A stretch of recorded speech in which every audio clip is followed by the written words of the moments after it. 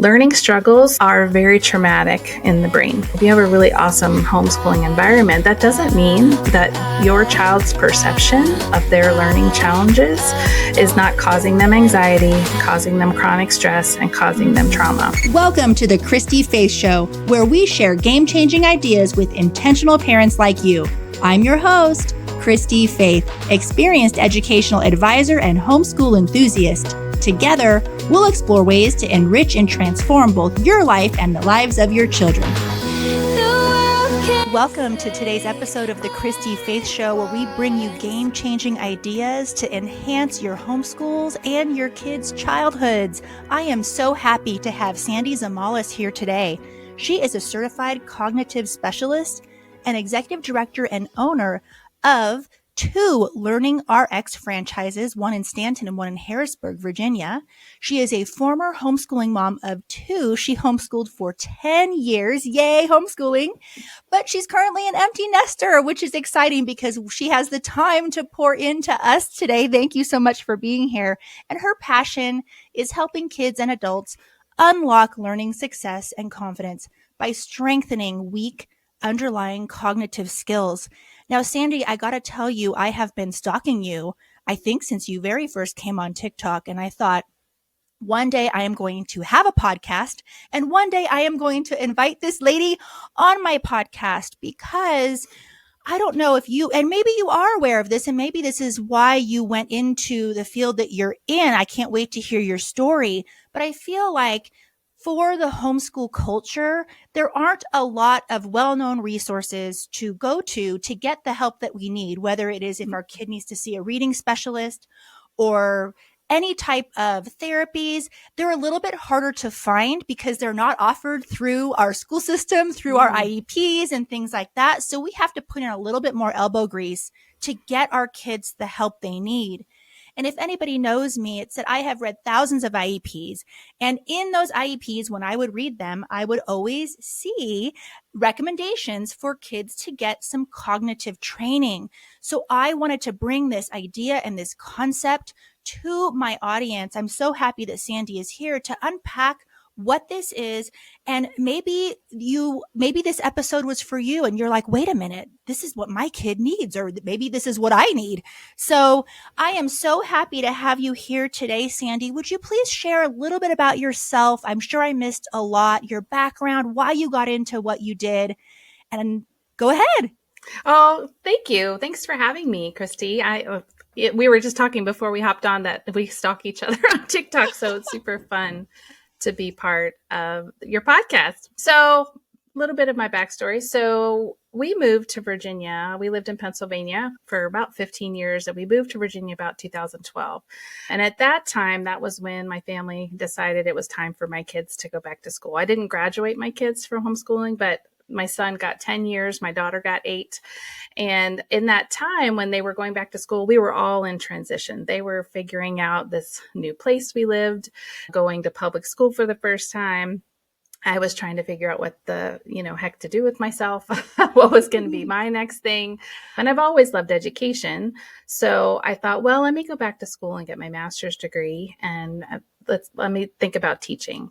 I've almost finished my master's degree in education, but when it got to the point where you had to do the practicum or the semester, the student teaching, the amount of misery that I saw in the school just was not inspiring, right? It wasn't something I could see as my next chapter. And sort of serendipitously, I was in one of my classes. I was learning how to teach kids how to read a class during my master's program. And someone behind me was telling me about this cool job they had. They were talking about a center that's not too far from me. And they were talking about all these cool things they were doing and how wonderful it was. And my ears just perked up and I was like, what is that? That's really interesting. So I started asking more questions, and she said, hey, well, I think there's a center right near you. And I said, oh, really? And I just happened to Google it one day while I was in the parking lot of a YMCA. and I literally found out it was like 2 minutes from where I was. I drove into their parking lot and I introduced myself, and I fell in love with LearningRx, cognitive training, and everything that it had to offer. The thing that really kind of caught my eye part that was just really sad for me when I was thinking about teaching was just the lack of one-on-one time that teachers have with their students. A lot of the time when I was utilized in the classroom to help a teacher, it was always just to help a student catch up, to try to finish their worksheet. But you're given 5 minutes to help them catch up on a week's worth of homework. And it was like, no, there's got to be a better way. They're behind for a reason. What's the reason they're behind? Playing catch up can't be the goal all the time. There's some skills missing here. So when I came to the center, when I came to LearningRx, that's what we do. I got to see that firsthand. I was super inspired by the founder of LearningRx. His name is Dr. Ken Gibson. He was a pediatric optometrist who had dyslexia, and he wanted to develop a program that could help his kids. Dyslexia does have a high genetic component to it. So he knew his kids were going to struggle. And so he worked with many specialists, speech and language pathologists, OTs, vision therapists, cognitive psychologists, to put together the program that we have today. In fact, the program actually started in doctor's offices. If you've ever heard of PACE, PACE. What? Yeah. Yes. Are you kidding me? No, that's us. Yeah, LearningRx used to be PACE. I was going to ask you, how do you guys compare to PACE? I literally we are PACE. We're a bigger, broader PACE. So PACE is very specific and very geared towards what we call our Think program, which is our foundational program. But LearningRx has a reading program that we've added on, math program that we've added on, a comprehend program that we've added on, and including a study skills program that we've added on. So so it used to be PACE, then it became LearningRx, and then globally we're actually BrainRx. So there are centers all over the world. So I fell in love. That's what happened. That's my story. I fell in love with brains and helping kids. That's a large part of my audience are homeschool families, and some of us never put our kids in the system, and we actually don't know what we're missing. Could you tell us what we're missing? Sure. But you mentioned the word, you saw a lot of misery. Can you expand on that a little bit? So the thing I try to explain to parents, because I actually help families with lots of backgrounds. So the people that come to my center, I have homeschool families, I have private school families, I have public school families. The thing I try to just explain is that in a classroom setting, you have one teacher usually, sometimes you have some aides, and you've got anywhere from 20 to 30 kids in the classroom, and they all have their own unique needs. So ideally, if a student has really strong cognitive skills, they're able to keep up with the teaching really, really well. They can do the tasks they need to do, they can perform the way they need to do. But if there's any hiccup along the way, then we've got to help those kids still be successful in the classroom. Yes. So right now what we do, and you're probably very familiar with this, Christy, is that we develop 504 IEP plans to help those students if they go through a process where they have to be tested and kind of deemed to see if they're eligible for those services. The problem with that is that for a lot of kids, they can be in what a school psychologist or an IEP team might deem an average level, but functionally they might be really low in a certain level. And so then what they develop is an IEP or 504 to help them accommodate for any of those really weak skills or compensate for those really weak skills. What most parents don't understand is that there's skills that can be strengthened and you can overcome those needs for those accommodations and compensation strategies. We, I think collectively for a long time, thought the brain was kind of stuck. You were born with the brain you got, and you just need to have workarounds if there's any hiccups or missing pieces, but that's not true. And I think what we're seeing in the schools even today with the frustration, the anxiety, a lot of ODD behaviors is coming from a skill deficit that's not being addressed.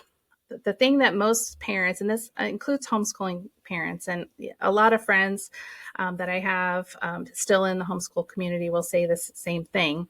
When you have a skill deficit, things like not being able to finish a curriculum, or going at a really slow pace can hinder that child's ability to make progress in time, right? So the advantage of homeschooling is that you can do that Kids in public school and private school don't have that advantage. Right. They're on a freight train. They've got to get through that material by the end of the year. The advantage of homeschooling is that you can take your time, but that doesn't mean that the skill deficit isn't still there and needs to be addressed so that as the child gets older, they're able to handle more and more complex tasks that are still going to challenge those skill areas. I love that. And I am a huge believer in giving our kids what they need now and equally preparing them for a bright future. And I do think that when we spot things with our kids learning or areas that we need to work on, I agree with you so much. Simply compensating for those things and making adaptations isn't actually working towards them overcoming these particular challenges. It's not necessarily building the resilience that we're looking for. And ultimately, it can hinder from setting our kids up for a successful life. Now, none of our brains are perfect, right? We all could grow in certain areas, but simply the concept of working memory and how it's so hard sometimes. I know we had families at our center that were stuck for years just on math facts. Their kids could not retain. They could not retain. Could you tell me a little bit about what are cognitive skills and how they impact kids' learning?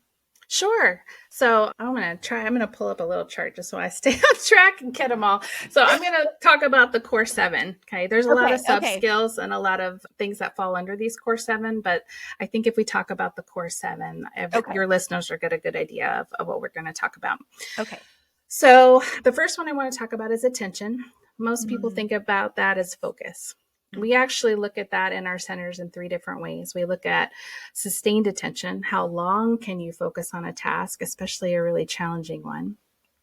We talk about selective attention. How well can you tune things out and tune into a task at hand? So most people think of that as being distracted, right? Whether it be thoughts, movement, or someone clicking their pen around you, that selective attention is really important. You need to be able to push sound out so that you can focus when you need to. Oh man, I'm feeling seen. You're going to be listing all my problems. Go ahead. The third one is divided attention, and that's how well you slide in and out of your working memory. It's really a switching skill. It's being able to switch back and forth between different balls that you're juggling in your mind. Okay. So that's attention. So we did a study not too long ago where we looked at kids that had diagnosed ADHD and we looked at their skills. Like I said, we're a national organization, so there's centers all over the US. And so we have a large pool of students to look at. And when we compiled that data, what we saw is that kids who struggle with attention, actually attention wasn't the weakest skill. The weakest skills that were underneath that were processing speed, working memory, and long-term memory. So if you just address attention, which is really important, I call it the gatekeeper because you got to have attention in order for anything to come in. If you just address attention, you're not really hitting those underlying skills that are maybe causing some of that lack of attention, whether it be selective, divided, or sustained. So that's attention. That's the first big bubble. The next one is working memory. That's your short-term active memory. That's the memory that you need when you are listening to mom give instructions. So if you're in your homeschool and you're talking to your kids and you're giving them the list of 5 things they need to accomplish for the day, if you have a child that has weak working memory, they might catch the first one. They might catch the last one. They're probably going to drop the middle. Or catch none of them. And you're like, why are the dishes still here? Yeah. So weak working memory can show up in that way, but it also can show up in things like if a child is reading and they forget everything they just read and can't tell you anything about the story. It can show up in math if they're having trouble with the steps that they're trying to perform in algebra.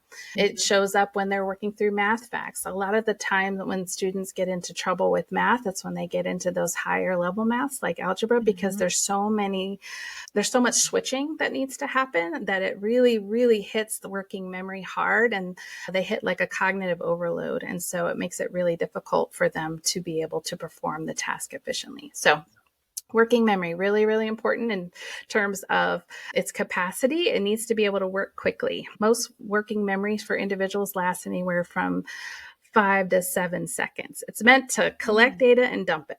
Collect data and dump it. Okay. You're not meant to hold it for forever, but you've got to be able to hold it long enough to work with it. Processing speed is just how fast your brain is doing all of that. Yeah. In order to be quick, in order not to overload that working memory, you have to process quickly so that you can build automaticity in your tasks. So you were talking about students that you had worked with that really had trouble with math facts. Again, as we get into those higher level maths, for example, you got to have really fast processing speed as well as automaticity in those math facts so that your brain's not getting bogged down in the details. Those details are kind of humming along in the background, and they're able to handle those harder, more complex steps and tasks and word problems and algebraic equations, all that kind of stuff. Those 3 skills that I just mentioned, attention, working memory, and processing speed, are what I call automatic processing skills. They're always humming along in the background. It is really the gate, because those 3 have to be working together for information to keep chugging in your brain. If there's a hiccup in any one of those areas, it causes a bounce. And then that information has to be readdressed over and over and over again until it can finally click through and get to those higher level thinking skills that we're going to talk about here next. So the next skill we'd like to address is logic and reasoning. I think of that as your planning skill. Can you see the big picture and break it down into steps? Can you figure out the instructions or how to build something without someone giving you a line by line example of what to do? Really, really important for test taking. In fact, most SAT and ACT tests are logic tests. You have to be able to figure out what's good, better, best based on the information that they're giving you. And you have to look out for tricks. You have to look out for strategies in order to be able to answer those correctly. Logic is really important in reading because English is actually a very logical language and it's a patterned language. So we have to be able to identify patterns when we're reading. And if logic is weak, it can make reading challenging. It can make comprehension challenging as well. The next one is long-term memory.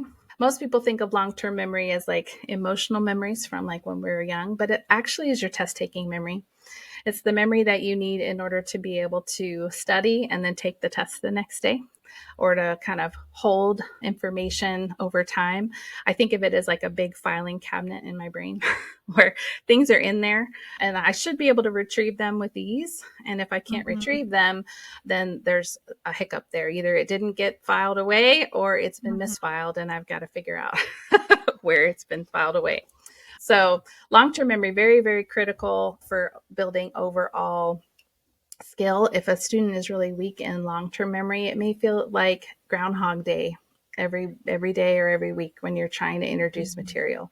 If you've ever sat with a child and done a math problem and they looked at you like, what is this? Like, we just did this, buddy. We just did this last week. That might identify a little bit of a weak long-term memory skill. And so when long-term memory is weak, it makes test taking really, really challenging, obviously, because it's your test taking skill. It makes retrieval of information really challenging. So things like even remembering names of friends and family, being able to keep up in conversations because you're able to pull information out with ease, being able to retain information that you're learning, that all kind of stems from that long-term memory skill. The next one is auditory processing. This one is my favorite. Auditory processing is a really important skill. In fact, it's so broad. I want to talk about it in terms of how your brain processes language. So when we're babies, we learn language by hearing, right? So, but it's our brain that's processing that information that our ears are collecting.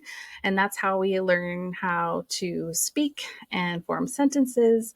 And eventually what we have to do is we've got to take that skill of sound and connect it to a visual, right? We've got to connect that sound to a letter. So that sound letter connection is where reading comes from.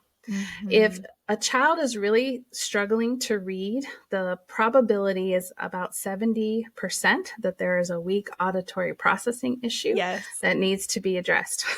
How do you know that you have a weak auditory processing issue? Well, a couple things. If they were late talkers or needed some speech therapy early on, that's kind of a red flag that there was some auditory processing stuff, and that reading is going to be a challenge. They could be reading by using memory or visual processing skills, and you'll know that there's an auditory processing issue if they're really poor spellers. They're having a really hard time decoding words by sound. That's also a big red flag. The brain's super complex, so we don't talk about dyslexia so much because it's such a broad umbrella, and it even has a new DSM title. So, but that big broad umbrella is hard because there can be lots of issues underneath a skill like reading. So it's really important to understand cognitive skills so that you know where to aim and target and to help that student.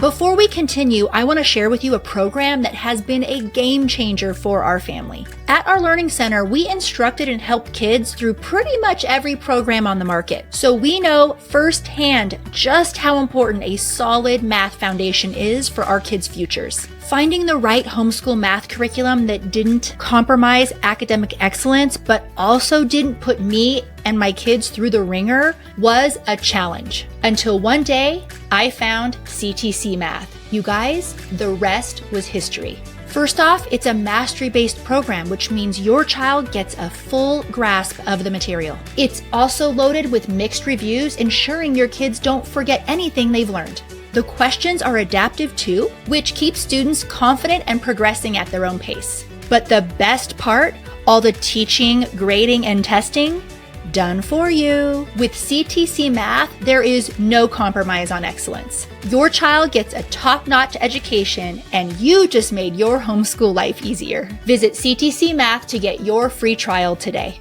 Whether you're newer to homeschooling or you've been homeschooling over a decade, the fact is creating a streamlined, successful homeschool is hard. The pressure is high, and the weight of responsibility often leads to self-doubt, second-guessing, and feeling completely overwhelmed with the excessive amounts of opinions and curricula options out there. We love our kids, and at the same time, the stakes are high. We don't want to mess this up. So how do we build a homeschool that our kids will thank us for when they're adults, and one that you have 100% confidence in? The first step to pulling all of that off is joining Thrive Homeschool Community. Thrive Homeschool Community is where you learn the 8-step homeschool success framework to build an undeniably successful homeschool. Each year and each kid presents us with uncharted territory. But when you have a good plan, the right plan, you can rest in the security and confidence that you are doing a great job. The path is easy.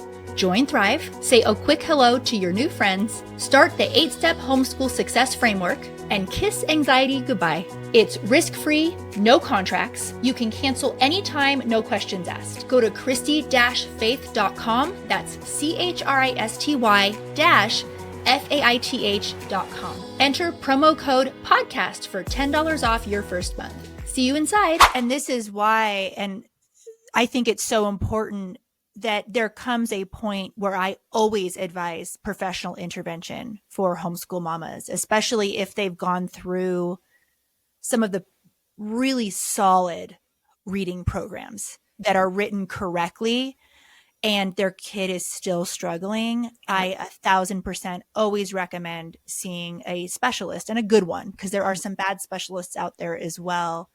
Okay, I just have to say, like, I am like getting goosebumps talking to you because I feel like I found one of my people. Like the way you're talking about how kids learn in the processing, I feel like I don't know, it's just very exciting I don't know if the audience knows this, but we've been stalking each other on social media, but we don't actually know each other. But I had a feeling I knew I'd really like you. But just because I can tell how much you truly, truly care and you want to get to the bottom of what is going on in the brain so that you can help kids succeed. So mamas, please, if you have to rewind to hear that auditory processing piece again, please do hit that back button and then re-listen to those last 3 minutes again, because literacy is vital. It is vital. And there is some damaging advice out there in the homeschool world regarding literacy. And it is a hill that I will die on until the day that I die. So yay for Sandy. Okay. Are you done with the auditory part? I'm just eating this up. No, let me add a little bit more. Auditory processing is super tricky because it can hide. And so I want to point out another place that it kind of shows up. Auditory processing weakness can show up with attention issues. And here's why. When you have selective attention struggles, it's because your brain has a hard time pushing sound out and pulling sound in. We talked about that just a second ago. It is very common for ADHD and dyslexia to be comorbid, which means that there are some similarities there. And weak auditory processing is one of those similarities that they both can have. So it's not just a reading skill. It encompasses a lot of things. One of them is listening comprehension, being able to hear the person in front of you and process that language effectively. Yeah.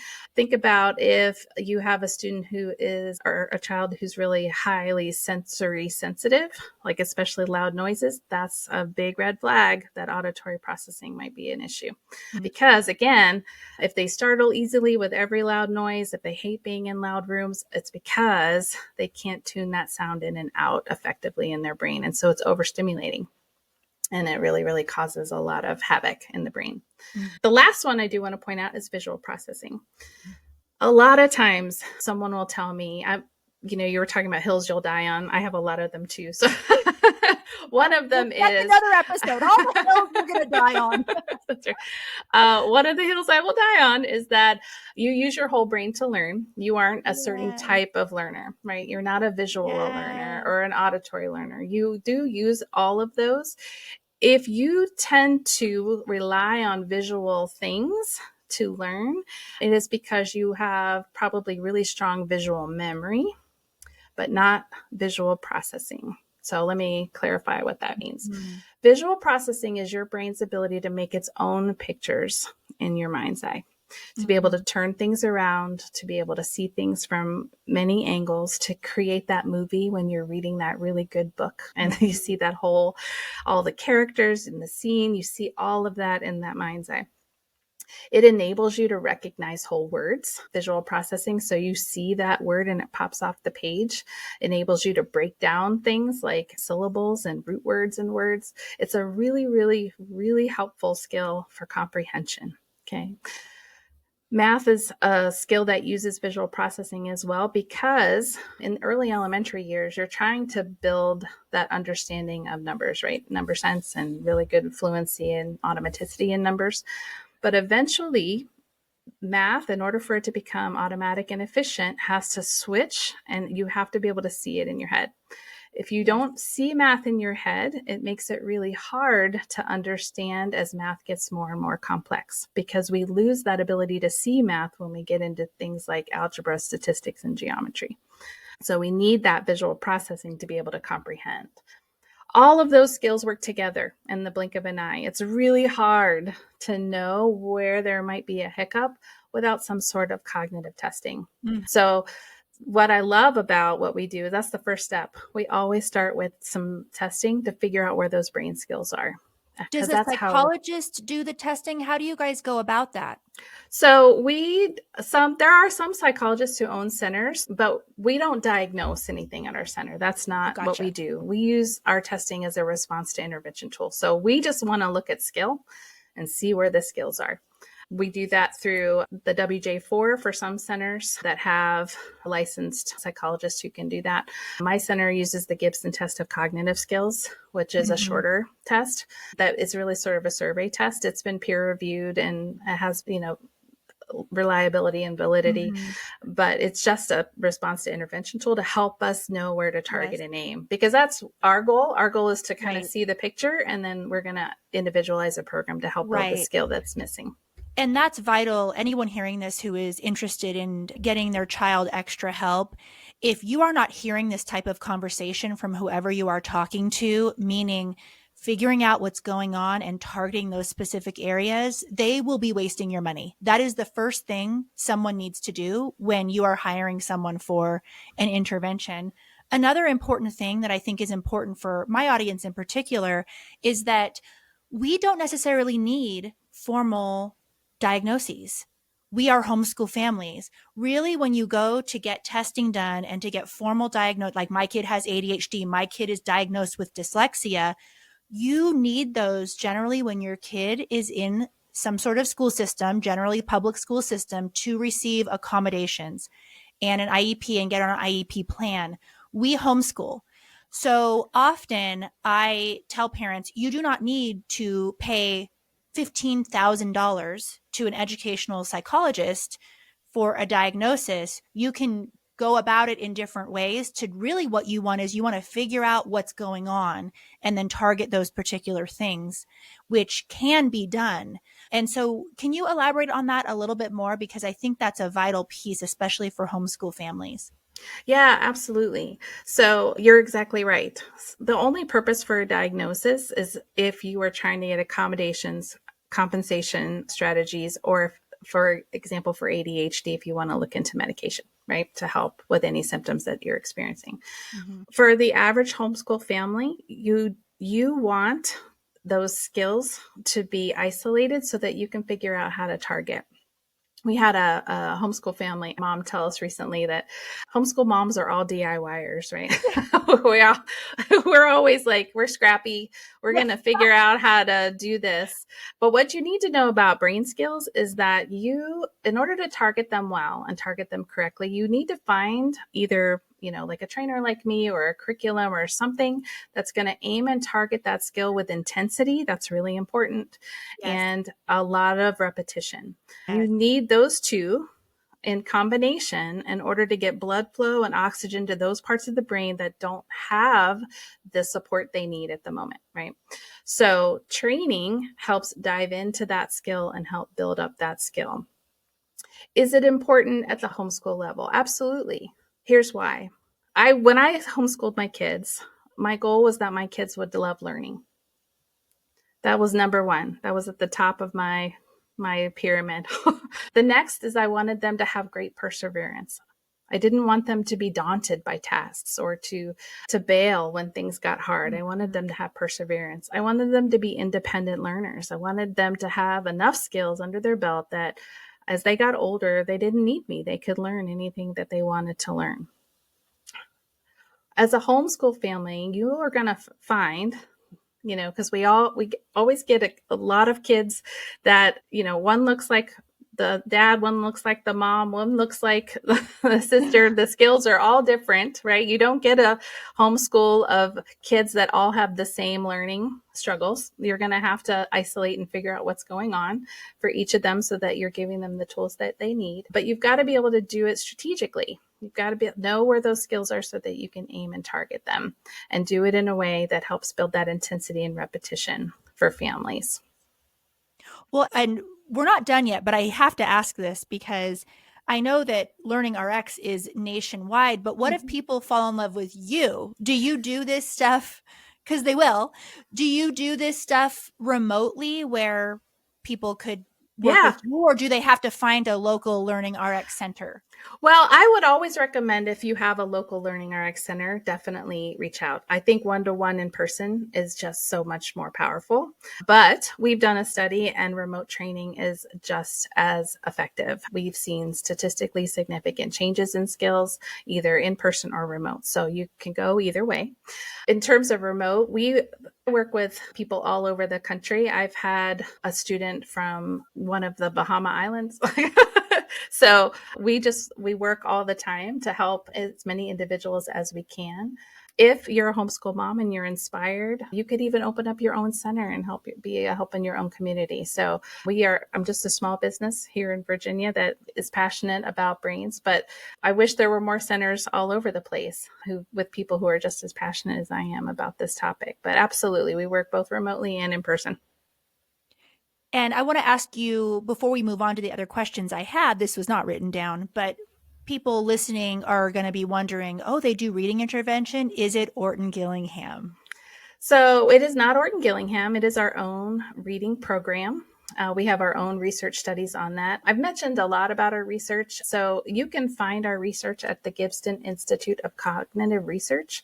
There you'll find lots of peer-reviewed studies as well as some randomized control trials on our particular programs that we offer.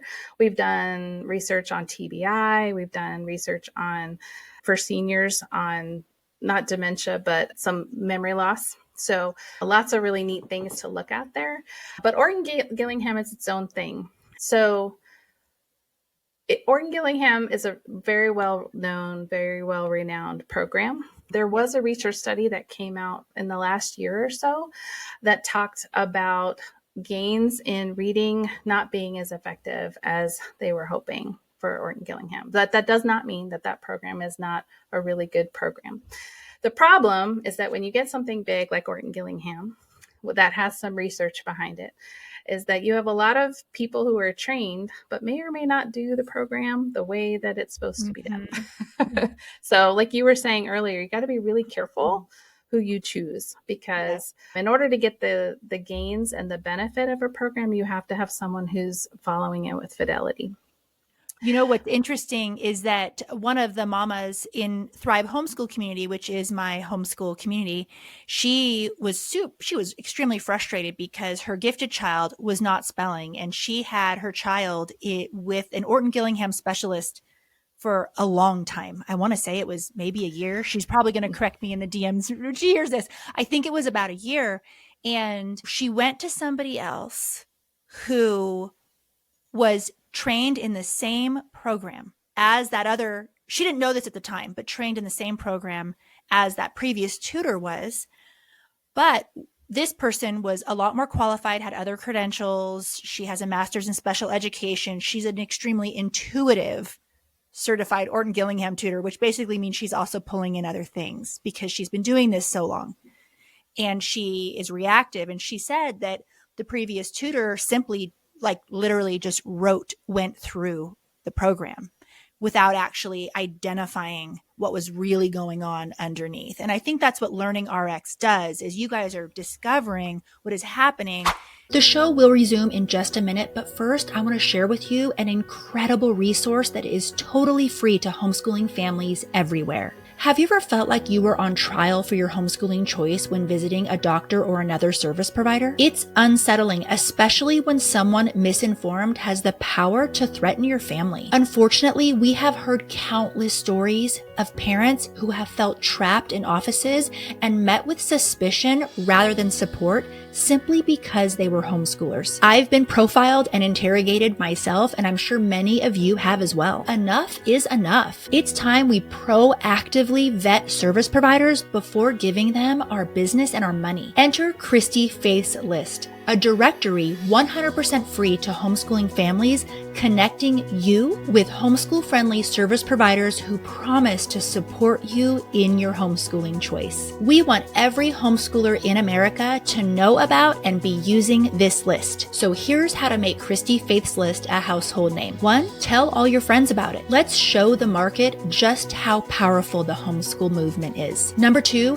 check Christy-Faith's List website before stepping foot into any service provider's office to make sure they are on there. And 3, if your favorite service provider isn't on the list, make sure to refer them. There's a button on the homepage of the website. It takes only 30 seconds, and that way we can send them a lovely invite. If you're listening and you are a homeschool-friendly professional, we want you on the list. We're eager to connect homeschooling families with you, shout your name from the rooftops, and bring you tons and tons of business. We have plans for every type of business, both small, local, nationwide, and worldwide. Check out ChristyFaithsList.com today. Hi, Mama. If you like my social media content and my show, I'm pretty sure you will love my book, Homeschool Rising: Shattering Myths, Finding Courage, and Opting Out of the School System. My book is for homeschool parents, both veteran and new, and the perfect book to hand any homeschool skeptics in your life so they can better understand why you've chosen this amazing lifestyle. This book will challenge you, empower you, encourage you, and give you solid, mindful answers to all those questions you get about your homeschooling choice. Grab your copy and maybe an extra one for your mother-in-law today. Homeschool Rising is available wherever books are sold. So Orton Gillingham, just like Barton and Hegarty and some of the big name dyslexia programs out there, like I said, if you've got a really good tutor who's following that program with fidelity, your student if they're having a reading difficulty and their weakness is auditory processing, might do okay in those particular areas with those particular tutors. The problem lies in, what if the problem is in working memory? Yes. What if the problem is in processing speed? Yes. What if the problem is in visual processing? Mm-hmm. If there's an issue in another skill area, then that might not be the program that's going to solve the problem. You might need to dig a little deeper and find a program that's going to harness and really tackle the other skill deficits that are causing the issue or the hiccup.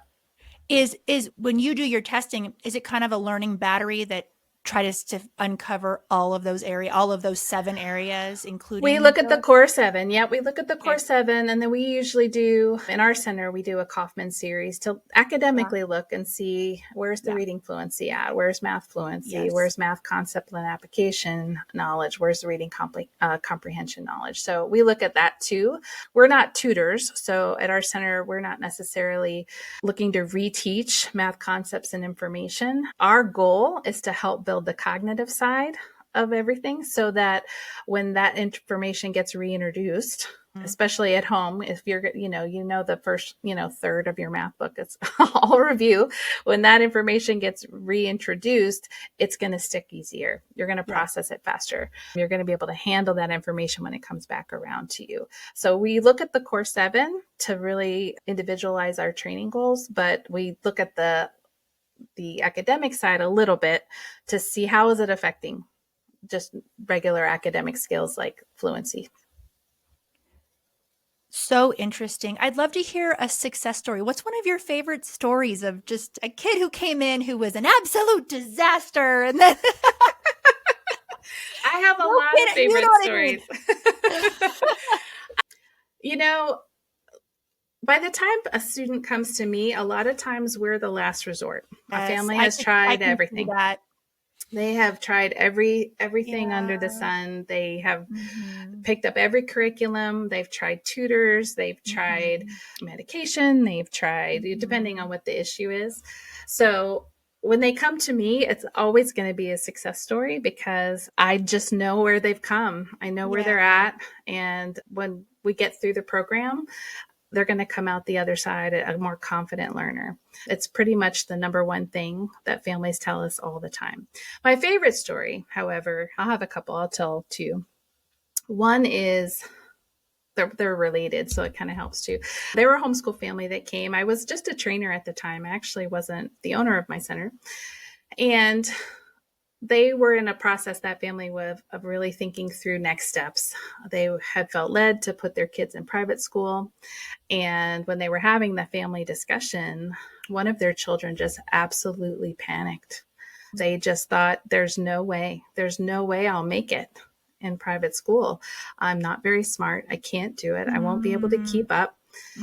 And they came to us in tears, really frustrated, trying to figure out how to help. They didn't realize, they knew there was a problem, but because they were a homeschool family, they were, working at their own pace and, just moving forward. But this decision to go into private school just really set off alarm bells for them as to how much their son was internalizing his success and how well he was doing, to the point that he even said, I'm not going to go to college. I'm probably just going to work at McDonald's. Like, it's no big deal.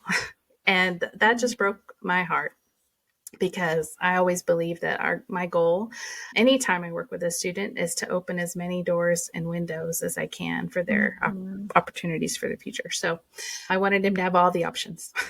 So he came, he worked with us at the center.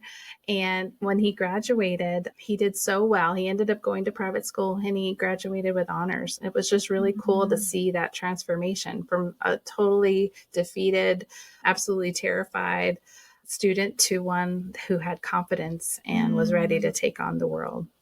If you're enjoying the show and you don't want to miss out on future episodes, hit that like and subscribe button and show us some love with your comments. Those 5-star reviews really do make a difference. How long was his intervention? 6 months. Oh, really? That's fast. Yep. Do all the students go through the same protocol? So we have a set program that we use. It has lots of tools in that toolbox. So the short answer is yes, but the long answer is no, because it depends on what their particular skill weaknesses are. We're going to spend more time with them on the things that are Yes. hard.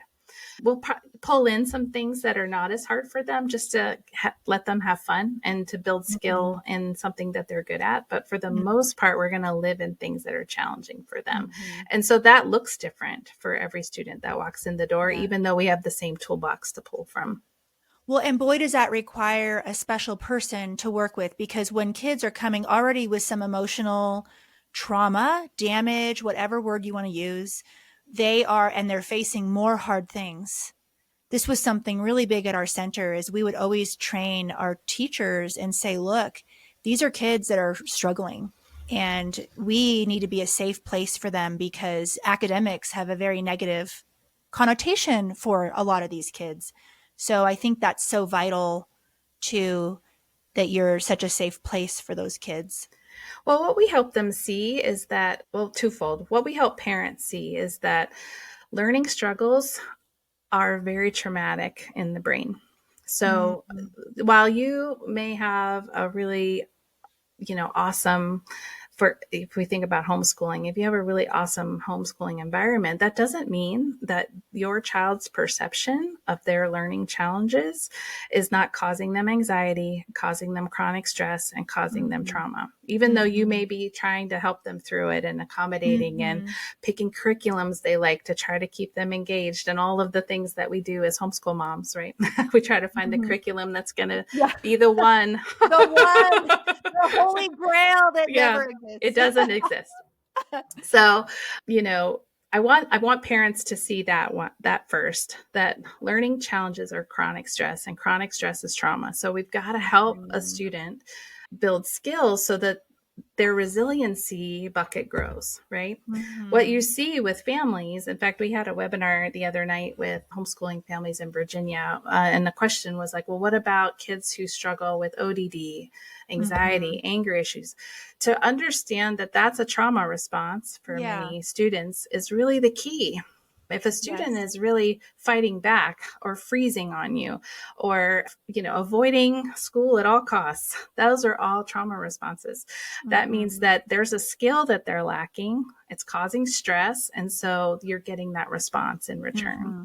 But when you build the skill, you're going to calm that process down, and that student's going to feel more able to handle things, and that resiliency bucket is going to grow.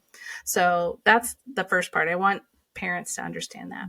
The other thing is I want the student to understand that too. I want them to understand that they can do something, even if they can't do it right now. And so our tools that we use are very structured.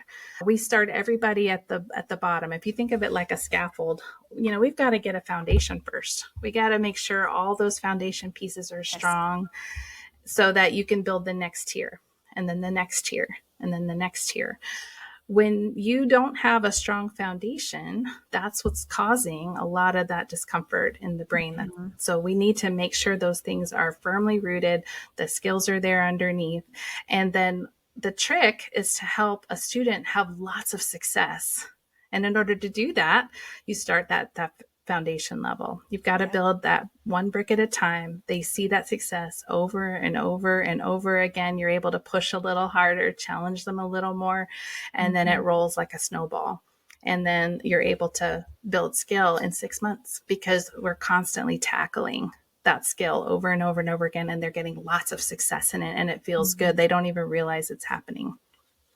How many hours a week is your program? So we get the gains that we get, again, because our two key components, intensity and repetition, we get the gains we get because we work with our students up to 3 times a week for an hour and a half. Yep. So that's 4.5 hours a week that they're working one-to-one. Yep. So, and you should not be alarmed to hear that, listeners, because when we did our interventions with reading, there were times where there were cases that were so severe that we actually requested the child be pulled out of school so that we could do interventions as well. So I tell that to homeschool families too. If I have a homeschool family that comes in and their their child skills are really low and we've got a lot of work to do, I will let them know, hey, you let us handle the skills that are super important, like the math fluency and the reading skills, and you do the fun stuff. Take that burden off your plate. You go do the science experiments, go do the field trips, write journals, make slime all winter long. Make learning at home fun so that you can come after the training's done, be able to then engage in curriculum again. So yeah, absolutely. I tell homeschool families the same thing. Yeah. Harder to do with public school families. I usually get them after school, but for homeschool families, since they have so much flexibility, and usually moms are they're so guilt ridden at the time that they come to me, because they've tried everything. They've done every resource out there that they can think of. They tried every trick. And like you mentioned before, one of the big myths that I loathe in the homeschool community is to just let it go. Let it go. It'll click. Eventually it'll click in. But unless you know exactly what's going on in the brain of your child, that guarantee is not there. So catching a student early, getting early intervention is absolutely critical. Yeah. I hope the listeners here and the people who listen to my podcast, they know that I have people on who are experts in their field, who have read the research. You guys, listen up. The people who are doing the research, the people who are doing these intervention programs, who are highly educated and are up on all of the research. One of my friends who is an interventionist, she has a master's degree in special ed. She literally gets notifications when new studies come out on her field. And it is vital. There is no reason to say that early intervention is a bad idea. Truthfully, it is not. Around 3rd, 4th grade is where our kids, the learning to read ends and school transitions to reading to learn. And if your kid cannot read, and I don't mean just fluency, because reading is also what you were saying, making that movie in your head. It's that comprehension piece, both when they read it and when they hear it. If those aren't all integrated and together, they will struggle in the later years. And I'm sure there's a lot of parents listening. When you were mentioning the clicking of the pen, I was like, guilty. I'm like, well, I want to be tested. I wonder, you'd probably find a slew of stuff with Christy-Faith. I'm sure you'd have a heyday, but this was jam-packed. Man, I am so glad that you had the time to come on the show. Where can my audience find you? Sure. So I'm kind of all over the place. So I wish I had like one quick little figuratively and literally. Yeah. So if you want to follow me on TikTok, I'm at the Brain Trainer Lady. So I do share a lot of helpful resources. I give demos on there. I do a lot of different things. Hopefully they're of value to people and they can gain some wisdom there. My center is LearningRx Stanton and Harrisonburg. So if you Google that online, you'll find me there. If you want to find a program just in general, you can always just go to learningrx.com and they can connect you with someone close to you or someone who can work with you remotely as well. I also do my own podcast. I'm a co-host there with the head of our research arm at the Gibson Institute of Cognitive Research. It's called The Brainy Moms, and we have a lot of fun there. We don't just talk about cognitive training. We actually talk about all sorts of topics. So, for example, this week we were talking about anxiety. We've talked to different therapists for things like managing your home better, like you name it, any mom topic you can think of, from birth to even teens and young adults. We try to cover it. So you can find me there as well. Wonderful. And we will put all of those links in the show notes. Thank you so much for making all of us better homeschoolers today. Thanks, Christy. You have my heart.